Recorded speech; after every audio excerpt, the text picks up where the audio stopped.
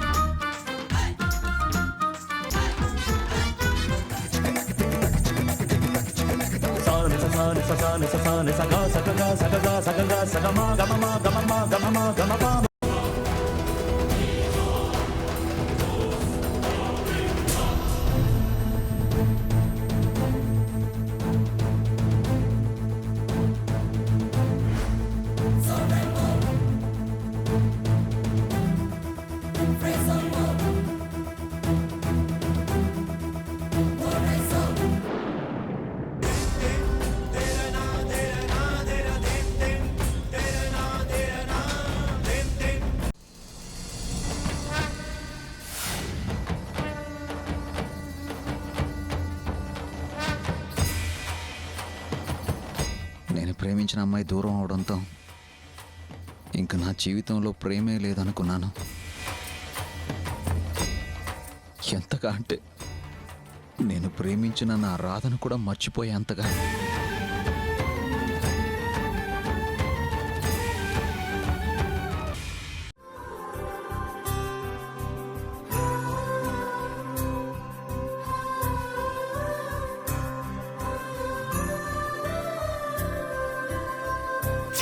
ఏం లేదు బాబు, నీకేం కాకుండా నువ్వు నిండు నూరేళ్లు క్షేమంగా ఉండాలని లక్ష్మి అమ్మవారి పూజ చేస్తుంది. ఆ పూజలో భాగంగానే తను ఉపవాసం ఉండాలి. ఇలా కటిక నేలపై పడుకోవాలి. ఈ పూజ చేస్తే ఆ అమ్మవారు సంతోషించి నీకంతా మేలే చేస్తారని తనిలా చేస్తుంది బాబు.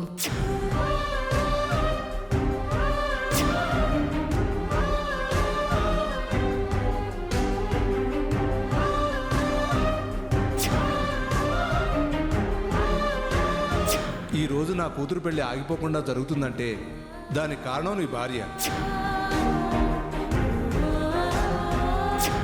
నీ భర్తకు బాగోకపోయినా నువ్వు ఒక్కదానివే ఒక్క రోజులో అన్ని పనులు చేసావంటే నువ్వు నిజంగా గ్రేట్ అమ్మా.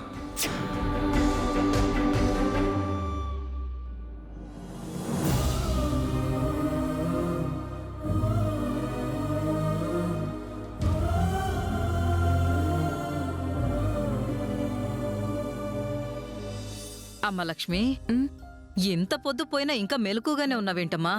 ఇవన్నీ రేపు ప్యాక్ చేసుకోవచ్చులేమ్మా. వెళ్ళి పడుకోమ్మా.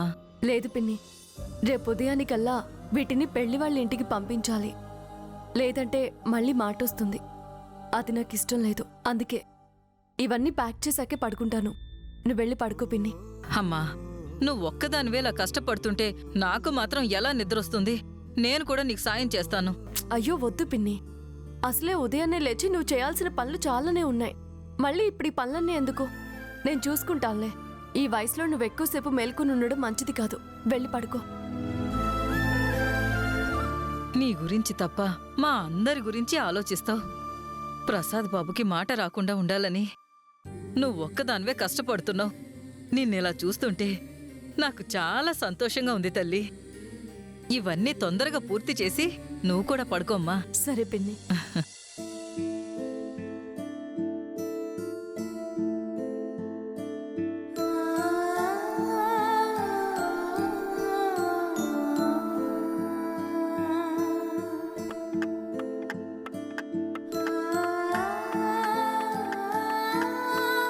అయ్యో, బావకి టాబ్లెట్ ఇచ్చే టైం అయింది. నేను మర్చిపోయాను.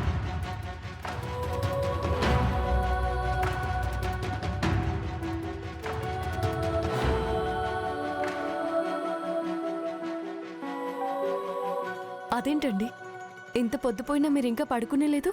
నిద్ర రావట్లేదండి.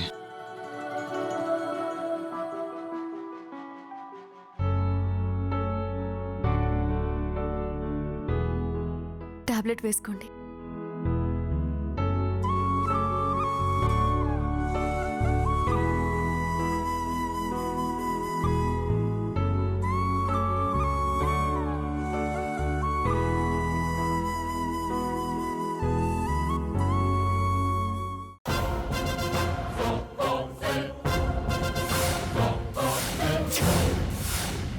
రే సూర్య,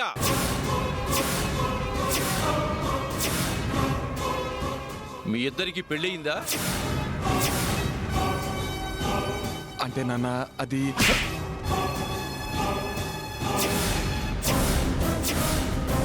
మేము చచ్చామనుకుని దీని మెడలో తాళి కట్టావా? చిక్. దిగజారింది వాడు కదండి, ఇది. కనిపించే ప్రత్యక్ష దైవానివి. మీరు చెప్తే ఏదైనా జరుగుతుంది. మా తొలి రాత్రి ఆగదని, జరిపిస్తాను అని మీరు నాకు మాట ఇవ్వండి.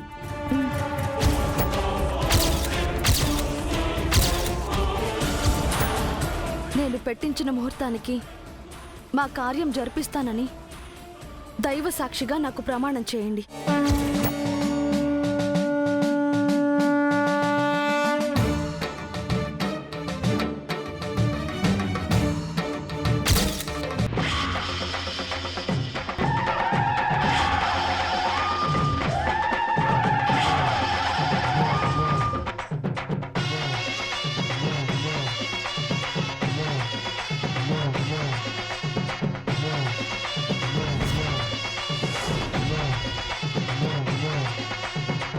అనాదిగా వస్తున్న ఈ ఆచారం అబద్ధం కాదని రుజువు చేయి.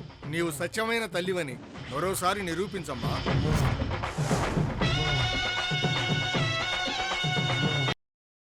అసలు మిమ్మల్ని ఎవరు పిలిచారు? ఎందుకు వచ్చారు ఇక్కడికి? నా బిడ్డ పెళ్లి నువ్వే దగ్గరుండి చేస్తావని ఆశపడితే అసహ్యించుకుంటున్నావేంటక్కా? జరిగిందంతా మర్చిపోవదునా? పెద్ద మనసు చేసుకొని వచ్చి పిల్లల్ని ఆశీర్వదించు.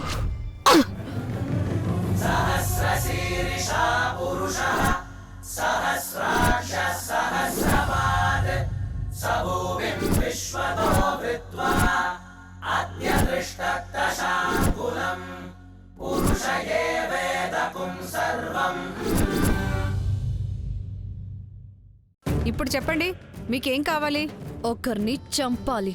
ఎవరిని, ఎక్కడ చంపాలో చెప్పండి. జైల్లో గౌరీ అనే ఖైదీ ఉంది. దాన్ని జైల్లోనే చంపాలి. నువ్వు చంపుతావో నీ వాళ్ళ చేత చంపిస్తావో నీ ఇష్టం.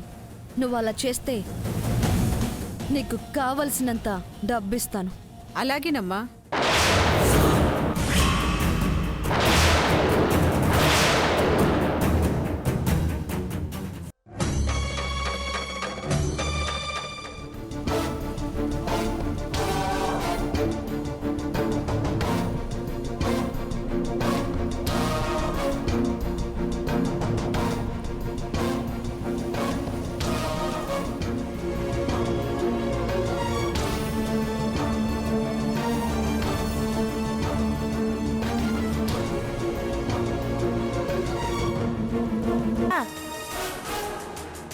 ఏం చేస్తారేంటి?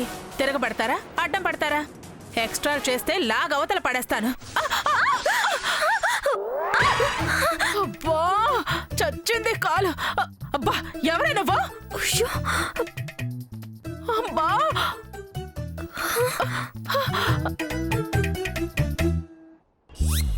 ఏ, మనుషుల మీదకి బండి నడుపుతావే, కళ్ళు కనిపించట్లేదా? అబ్బా, అయ్యో దుర్గమ్మ, నువ్వా? స్కూటీకి బల్బు పోయింది, కనిపించలేదులే. లే పైకి. ఎక్కడా కూడా మీ పాప సంసారం సంతోషంగా ఉండాలన్న ఆలోచన నీకు మీ ఆయనకు లేదు. నువ్వు ఎన్ని కథలు చెప్పినా ఆ సెకండరీ. నేను అనేది ఆయన నువ్వు వద్దనుకుంటున్నాడు.